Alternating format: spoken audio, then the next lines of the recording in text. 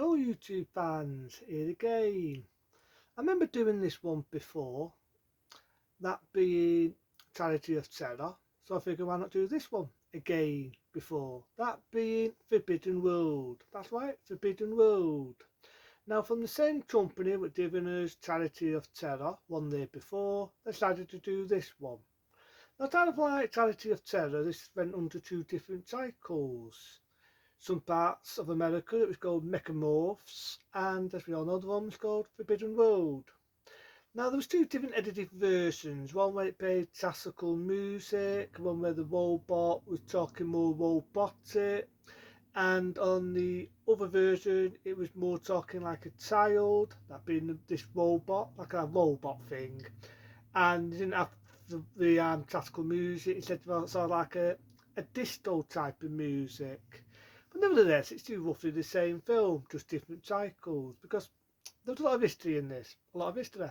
Definitely a lot of history. The producers wanted it to be more serious, more horror, and I think the director wanted it to be a bit of an alien sort of beef, sort of a comedy mixed with a horror film. So when it's where they sort of like did it in two different ways of versions, if you know what I mean. So yeah, whichever one you want to call it, whether it be Forbidden World or Mechamorph, it's still the same film. Now, unlike Charity of Terror where I offended, I said, nah, it's not an alien rip-off. It's not an alien rip-off. This one, I can't offend it. I cannot fucking offend it. Number one, it's about an alien going around killing people one by one, just like Alien. And number two, I find it very, very funny about some noisy fucking motorbike. I find it very, very funny. Like the alien thing looks just like a fucking alien. You look at this and I swear it looks like the fucking alien. But there are little bits of similarities, but little bits what are different. Now you start off and you've got this astronaut and he's going to space to see these other people. You get one dude, if you've seen him before, think of V, so he's in V. And this director looks just shagging two girls. Definitely a lucky bastard. And I can understand why they are pretty fit, they're pretty nice to look at. There's a lot of nudity in this, a lot of bonking, a lot of blood, a lot of gore, a lot of violence. How I miss them beautiful days. And yeah, it doesn't fuck around on the blood and gore department. It's definitely a B sci-fi film, and there's a funny bit of history as well. Is the same company which did Charity of Terror used the same set they used in this. If you think the spaceship looks similar, the bits of the set look similar to Charity of Terror, that's because they used the same set. They didn't break it up one year after, being 1982, and they kept it the same. So again, it starts with this astronaut. It goes to help these aliens. The only difference with this is it's not some alien in a egg like in Alien. It's some experiment sort of alien what they made, so it's man-made. But it breaks out, it sticks on a guy's face, you see him rotting, it's beautiful, and then that's when the alien goes, and again it starts killing people one by one, really creative, really does do some deaths. The one death I've got to admit has to be the most creative is this woman. The woman who I said is out of V, who shags our hero, she's stupid. And the reason why I say she's stupid is because she goes in the room, right, half buttonated, and she thinks she can communicate with this alien, right? She said, look, it's plugged into the computer. Now, the only difference in Mechamorph was it had a bit of classical music. But I prefer Forbidden World version, because in that you've got distal music. She's typing to it, thinking that it's going to be a friendly alien.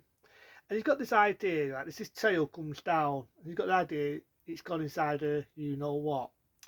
You think that it's going to do her in a sexual way. And little do you know, it rips the ducts out, blood squirting out everywhere, beautiful. And it kills her. Death by stupidity. So the alien's chasing her about, it's killing people. There's a funny bit in it where it pisses on someone. Not being dirty minded, not making this up. It literally pisses on someone and kills someone. Now there's one sign that is in it. It kind of reminds me of Frankenstein. Remember when I talked about Day of the Dead and there was a guy called Frankenstein? They sort of have a Frankenstein sign that is in this, and you've got the idea he's dying of cancer. So the only way they can kill it, I've got to admit, it's pretty gruesome, pretty ballsy, but it's also pretty creative way of killing an alien. That's different from what you normally see.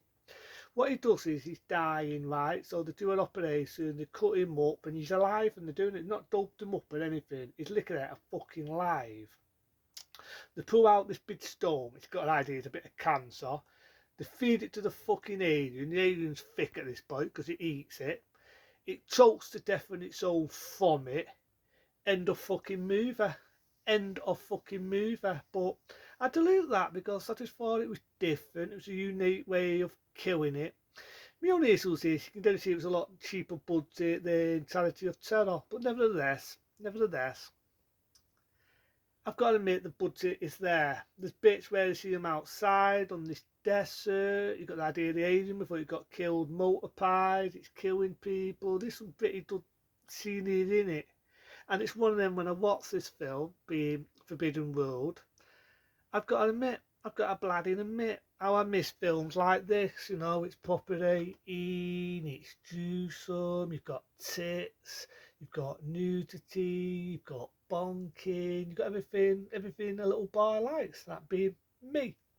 So it's my type of sci-fi, fantasy horror. And it's like I said, at that era, during the 70s and 80s, they were doing a lot of what you call the alien sort of sci-fi horror films. And I remember defending Charity of Terror, but in this I can't, because there's bits in it where it feels like fucking Alien. It's attacking people, just like Alien. It's killing people one by one, just like Alien. It even looks like a fucking Alien. There's a bit where it's chasing this dirt about, she's steaming. A bit of steaming gets a bit fucking annoying after a bit.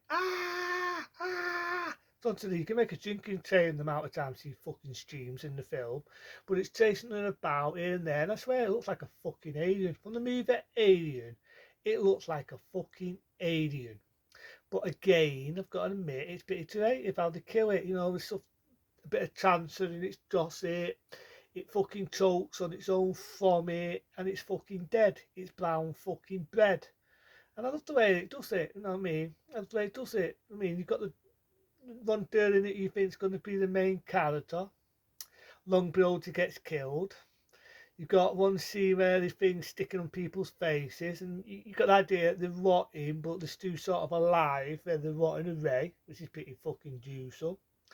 It's a pretty ballsy film, Forbidden World. It's a ballsy fucking film, and I dilute it for that, you know what I mean? It's one of them now, and the idea it's a low budget film. This is one thing, right? There's one thing I'm going to say to Sci-Fi Channel.